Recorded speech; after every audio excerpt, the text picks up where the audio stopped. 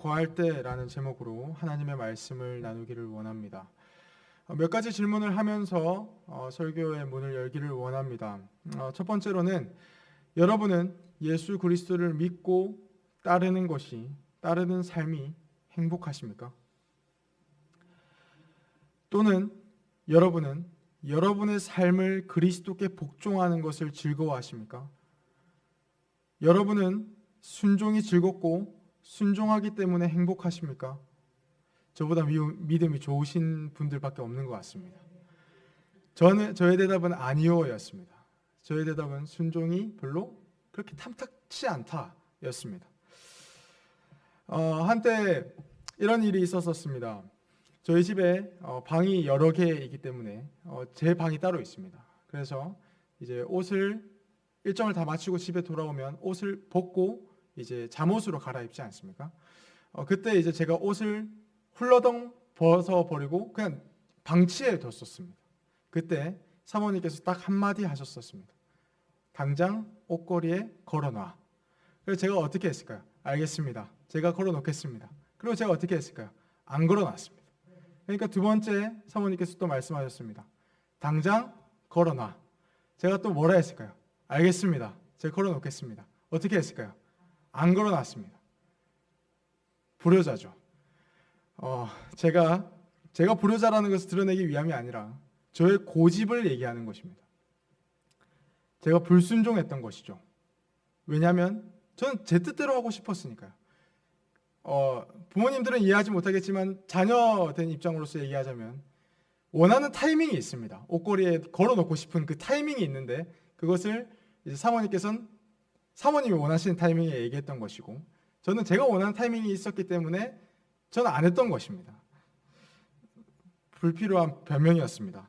여하튼 저는 제 뜻대로 하고 싶었고 살고 싶었기 때문에 불순종하는 것이죠. 그러나 우리는 압니다. 부모님들이 자녀에게 순종을 요구하는 것은 자신의 이익을 챙기려 함도 아니고 그리고 자녀를 억압하고 괴롭히려고 한 것도 아니고 오히려 자녀를 위하기 때문에 순종하라고 하는 것이죠. 사랑하기 때문이라는 것입니다. 그렇다면 하나님은 어떨까요? 하나님은 왜 우리에게 순종을 요구하시는 것일까요? 우리를 위함이 아닙니까? 우리를 사랑하기 때문이 아닙니까?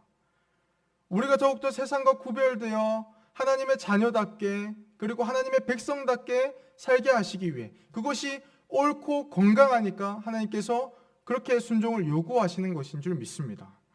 그러나 우리는 그런 사랑을 오해합니다. 이유가 뭘까요? 우리의 죄 때문입니다. 죄로 인하여서 우리의 본성과 우리의 마음이 왜곡되었기 때문에 우리는 하나님을 오해하고 하나님의 사랑을 오해하는 것입니다. 왜곡하는 것이죠. 모든 인간은 하나님 앞에서 전적으로 타락한 사람들입니다. 전적으로 타락하였다라는 말을 조금 더 쉽게 표현해 보자면 하나님을 향한 우리 안에 선한 것이 하나도 발견되지 않는다라는 것입니다. 하나님을 향한 선한 행동, 선한 마음, 선한 양심 우리 안에는 전혀 없다라는 것입니다. 우리 안에는 전혀 악한 것밖에는 없다라는 것을 전적으로 타락했다라고 얘기할 수 있겠습니다. 그렇기에 우리는 주님의 사랑을 왜곡하고 주님을 오해하기 시작하는 것이죠. 설교를 준비하다가 우리가 하나님을 어떻게 오해할까? 무엇이라고 오해할까? 한번 생각해 보았을 때 저의 결론은 크게 두 가지를 오해하는 것이었습니다. 첫 번째로는 하나님은 순종을 명령하시면서 우리를 억압하시고 괴롭히신다라고 우리는 오해한다라는 것입니다. 그리고 두 번째로는 하나님은 우리의 순종을 통해 사랑하실지 말지를 결정하신다라고 우리는 오해한다라는 것입니다. 분명 성경은 이와 반대의 이야기를 하고 있지만 우리도 이를 믿는다고 고백은 하지만 우리의 신앙생활 속에서는 이런 것이 우리도 모르게 자연스럽게 흘러나오기 시작한다라는 것이죠. 말씀을 전하는 저 또한 그렇게 오해했었습니다. 그렇게 죄를 지으면 이렇게 생각하고는 또 했습니다. 나의 실패를 메꾸기 위해 난 조금 더 최선을 다해야지. 조금 더 거룩하게 살아야지. 열심히 살아야지. 나의 실패를 내가 메꿔야 돼 라고 생각했던 것입니다. 세상은 이것이 당연한 자세라고 할지 모르겠습니다. 그러나 성경은 이러한 생각이 오히려 율법주의적이다라고 얘기합니다. 바리새인들이다라고 얘기합니다. 율법에서 해방되지 못한 것이다라고 얘기합니다. 누가복음 15장에 나오는 탕자 이야기를 한번 생각해 볼까요? 우리는 이때 탕자, 둘째 아들의 이야기에만 집중하지만 지금은 첫째 아들에 한번 포커스를 한번 맞춰보았으면 좋겠습니다. 누가복음 15장 28절부터 29절인데 제가 읽어드리겠습니다. 그가 노하여 들어가고자 하지 아니하거늘 아버지가 나와서 권한대 아버지께 대답하여 이르되 내가 여러 해 아버지를 섬겨 명을 어김이 없거늘 내게는 염소 새끼라도 주어 나와 내 벗으로 즐기게 하신 일이 없더니 첫째 아들은 아버지의 재산을 흥청망청 써버린 그 둘째 아들이 돌아오는 것과 아버지께서 그를 기다리고 그가 돌아왔을 때 잔치를 딱 베푸는 그것이 이해가 되지 않았던 것이죠. 그래서 화를 냈던 것입니다. 그러나 아버지는 이렇게 대답합니다. 31절인데요. 아버지가 이르되 너는 항상 나와 함께 있으니 내 것이 다 너의 것이로되. 사실 아버지가 가진 모든 것이 맏아들 첫째 아들의 것입니다. 하지만 그 아들의 마음은 어떻습니까? 다쳤고 아버지를 단단히 오해했던 것이죠. 자비로우신 하나님, 자비로우신 아버지, 그리고 나에게 모든 걸 베풀어 주시는 아버지, 은혜로우신 아버지로 생각하는 것이 아니라 억압하고 통제하고 사랑으로 차별하는 아버지로 오해했던 것입니다. 그가 볼 때 자신의 것은 아무것도 없었습니다. 오로지 흥청망청 써버린 둘째 아들에게 모든 것이 가버린 것처럼 생각했던 것입니다. 그런데 한 신학자는 이것을 이렇게 얘기합니다. 그는 은혜로 누릴 수 있는 것들을 그저 자신의 노력으로 얻어야 한다라고 생각했다라는 거죠. 그는 자신이 실패하면 그 모든 것을 누릴 자격이 없다라고 생각했던 것입니다. 그렇기 때문에 성공과 실패에 좌지우지했던 것입니다. 사랑하는 모든 성도 여러분, 맏아들의 모습을 볼 때 여러분은 어떤 생각이 드십니까? 우리의 모습이 아닙니까? 율법에 불순종하면, 하나님의 말씀에 불순종하면 이러면 안 되는데 하나님께 벌 받겠다, 벌벌 떨었던 우리 아닙니까? 그렇지만 의지적으로 순종하라는 목사님들이나 설교를 들을 때 순종하고 싶은 마음도 잘 생기지 않는 우리 아닙니까? 그런 신앙생활을 하고 있지는 않습니까? 사도 바울의 표현처럼 우리는 율법의 저주에서 해방되었지만 여전히 율법에 사로잡혀 살아갈 때가 참 많다라는 것입니다. 이를 개혁파 신학자인 싱클레어 퍼거슨이라는 신학자는 이렇게 얘기합니다. 잘 들어보십시오. 율법주의는 하나님의 은혜를 왜곡하는 데서만 비롯되는 것이 아니라 하나님의 율법에 관한 왜곡된 관점에서 비롯하기 때문이다. 다시 말해 하나님의 율법을 은혜롭게 우리에게 주어진 언약이 미치는 영향이 아니라 조건 있는 계약으로 볼 때 율법주의가 나타나기 시작한다. 하나님의 언약은 값없이 주어지고 주권적이고도 무조건적인 약속이다. 마치 이런 것이죠. 내가 너희의 하나님이 될 것이다. 이 약속은 모든 면에서 우리에게 영향을 미친다. 내가 너희의 하나님이 될 것이다. 그래서 너희는 내 백성이 될 것이다. 라고 하는 반면에 계약은 다른 형태를 띈다라는 것입니다. 만약 너희가 내 백성답게 살면 내가 너희의 하나님이 되어주겠다. 라고 말하는 것이죠. 사랑하는 모든 성도 여러분, 우리는 예수 그리스도로 말미암아 율법으로부터 해방되었은 줄로 믿습니다. 그러나 우리는 여전히 이러한 율법주의의 스스로를 빠뜨리며 살아갑니다. 그래서 날마다 우리는 율법에 순종하지 못하면 벌 받을까 봐 덜덜 떨었고 하나님의 사랑을 온전히 누리지 못했던 것입니다. 그야말로 우리는 잘못된 순종을 하면서 살아왔던 것이죠. 정말 소망하는 것은 오늘 주의 말씀을 통하여서 저와 여러분이 잘못된 순종으로부터 벗어나 주의 사랑 안에서의 올바른 순종으로 변화되기를 그리스도의 이름으로 축복합니다. 오늘 본문은 순종과 열매에 대한 예수님의 말씀입니다. 예수님께서 순종과 열매를 말씀하시면서 내 안에 거해라 라고 말씀하시죠. 15장 4절입니다. 다 같이 읽도록 하겠습니다. 내 안에 거하라 나도 너희 안에 거하리라. 가지가 포도나무에 붙어 있지 아니하면 스스로 열매를 맺을 수 없음 같이 너희도 내 안에 있지 아니하면 그러하리라. 예수님께서는 명령만 내리시는 분이 아니십니다. 오히려 그 명령에 순종하고 수행할 수 있도록, 그 명령을 수행할 수 있도록 능력을 공급하시는 분이신 줄 믿습니다. 예수님께서는 선행을 행하라, 선행을 행하면서 열매를 많이 쌓아라. 그렇지 않으면, 너희가 선행을 하지 않으면 내가 벌할 거고, 그렇지 않으면 너희의 최후 결과는 잘못되게 될 것이다 라고 말씀하시는 분이 아니라는 것입니다. 오히려 그저 내 안에 거해라 라고 말씀하시는 분이십니다. 왜 자신 안에 거하라고 말씀하십니까? 왜냐하면 우리가 그리스도 안에 거할 때 비로소 올바르게 순종하게 될 것이고 그 순종이 기쁠 것이기 때문입니다. 그리고 자연스럽게 열매를 맺게 되어 하나님께 영광을 올리게 되고 우리가 세상 속에서 그리스도의 제자임이 증명될 것이기 때문입니다. 그렇다면 그리스도 안에 거한다라는 것은 무엇일까요? 15장 9절입니다. 다 같이 읽도록 하겠습니다. 아버지께서 나를 사랑하신 것 같이 나도 너희를 사랑하였으니 나의 사랑 안에 거하라. 내 안에 거하라 라는 말씀은 곧 예수님의 사랑 안에 거하라는 말씀입니다. 그렇다면 사랑하는 성도 여러분, 예수님의 사랑 안에 거한다라는 건 뭘까요?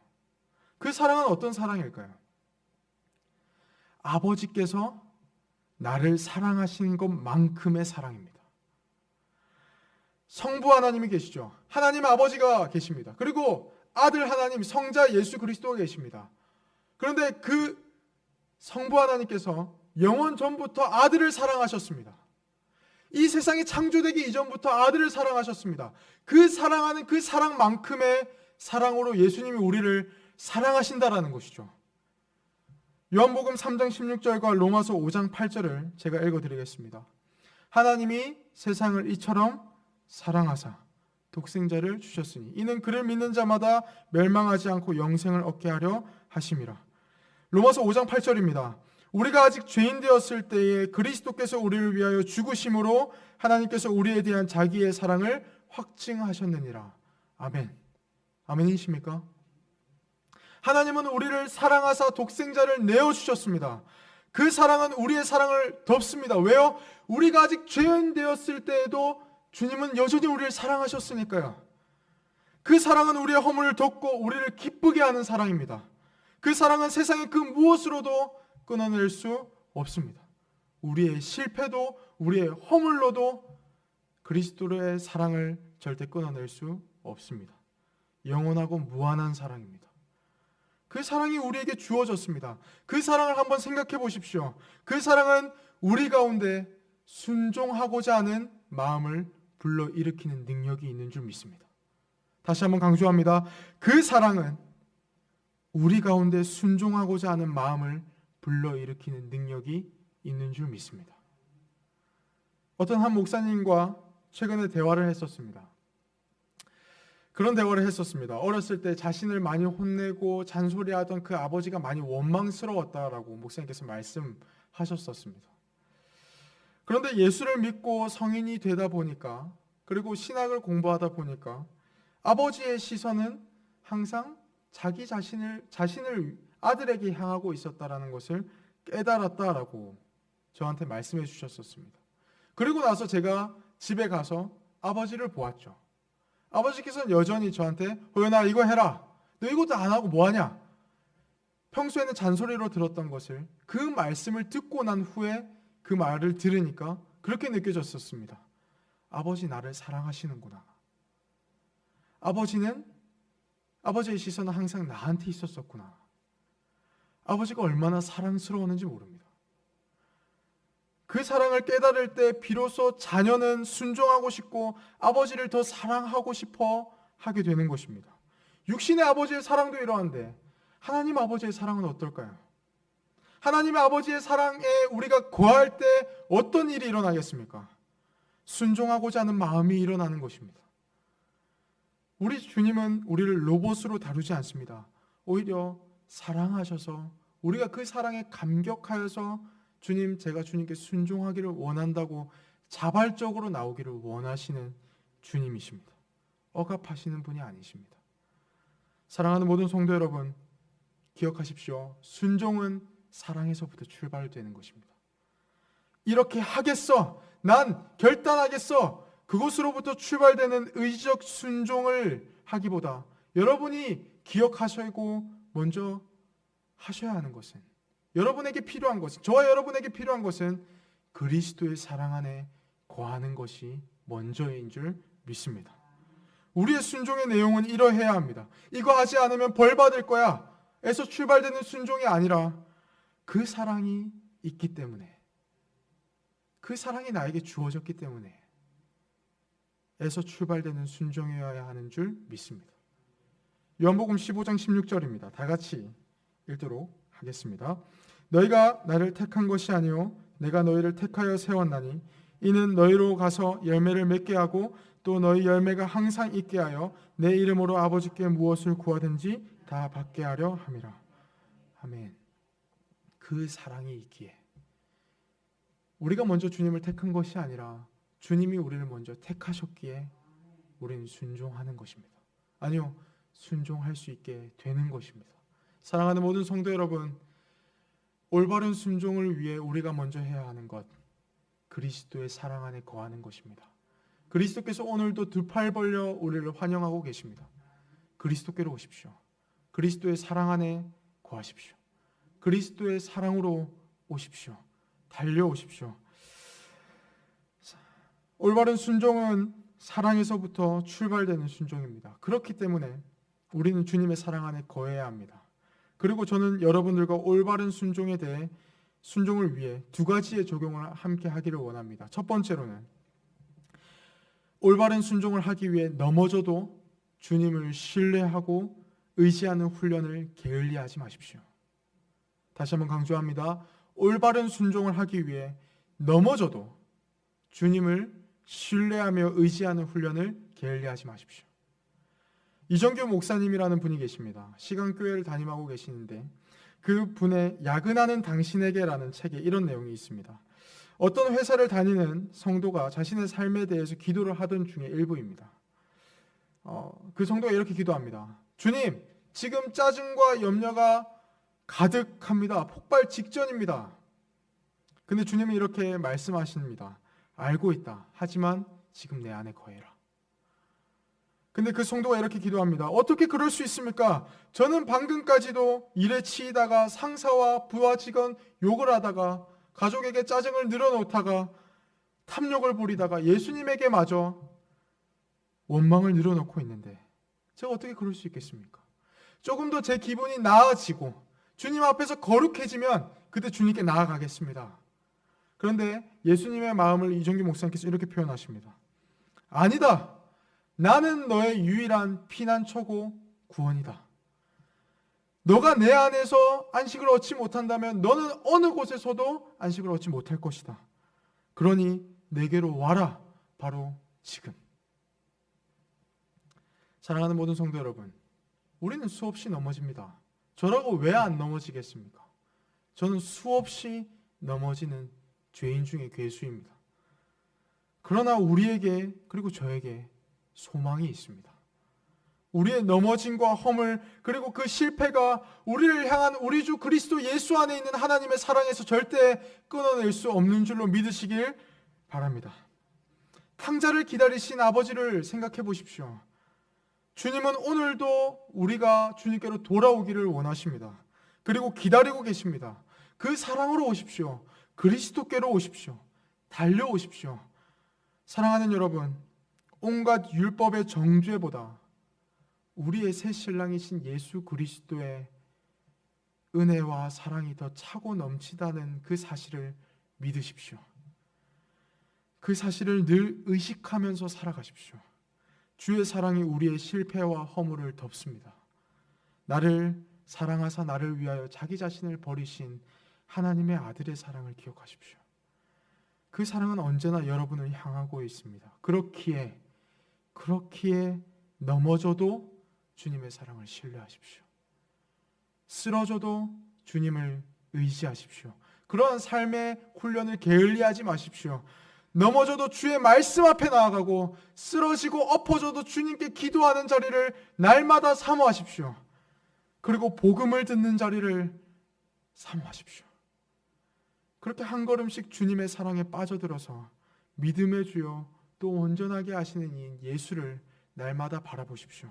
그리고 주의 사랑을 기대하는, 나 자신을 기대하기보다 주의 사랑을 기대하는 저와 여러분 되시길 주님의 이름으로 축복합니다. 둘째로는요, 올바른 순종을 위해 예수님에게서 날마다 배우십시오. 예수님께서는 자신에 대해 이렇게 말씀하셨습니다. 요한복음 14장 31절인데요. 제가 읽어드리겠습니다. 오직 내가 아버지를 사랑하는 것과 아버지께서 명하신 대로 행하는 것을 세상이 알게 하려 함이로라. 일어나라 여기를 떠나자 하시니라. 예수님께서는 하나님 아버지 성부를 사랑하사 항상 그분께 순종하셨습니다. 그것이 절정으로 드러난 때가 예수님께서 십자가에 지시기 직전이죠. 그때 철저하고 올바른 순종을 우리에게 보여주셨습니다. 마태복음 26장 39절입니다. 다 같이 한번 찾아볼까요? 마태복음 26장 39절입니다.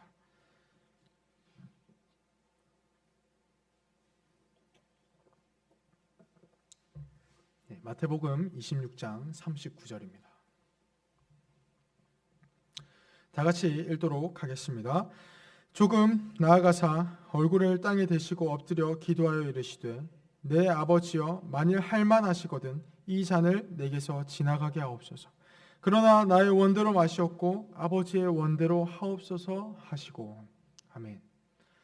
철저히 자신의 뜻이 아니라 아버지의 뜻에 순종하셨습니다. 이유가 뭘까요? 아버지께서 아들을 사랑하셨고 아들도 아버지를 사랑했기 때문입니다. 성육신 하신 예수님의 모든 삶은 순종의 삶이었습니다. 우리에게 본을 보여주셨습니다. 우리는 날마다 예수님의 순종을 바라봐야 하는 것입니다.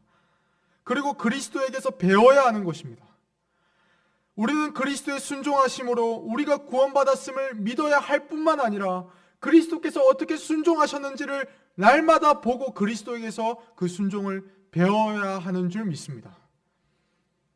사랑하는 모든 성도 여러분, 날마다 그리스도를 바라보십시오. 날마다 그리스도에게서 사랑을 배워 가십시오.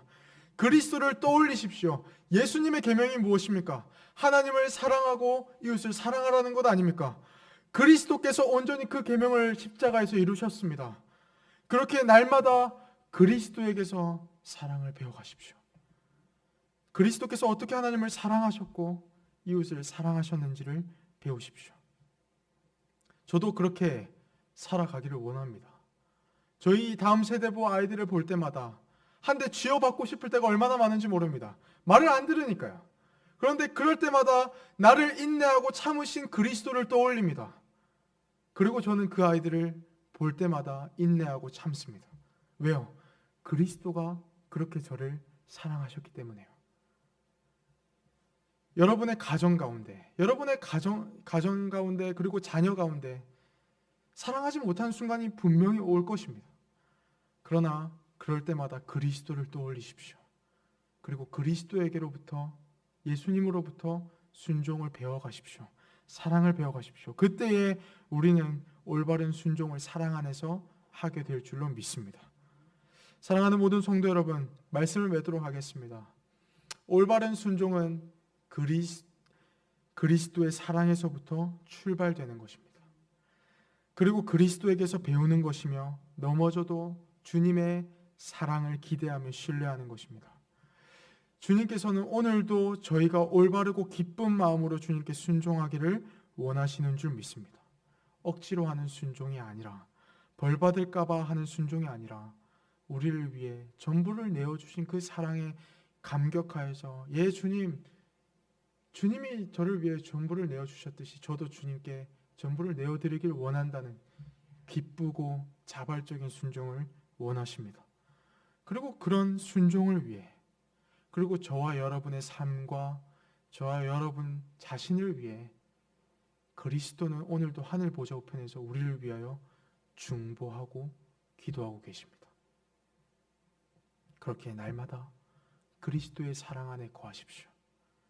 그 사랑 안에 거할 때 비로소 우리는 기쁨으로 순종하게 될 것이며 사랑 안에서 열매를 맺고 하나님께 영광을 올려드리며 제자임이, 그리스도의 제자임이 온 세계에 증명될 것입니다. 그리스도의 사랑으로 나오십시오. 그리스도께로 오십시오.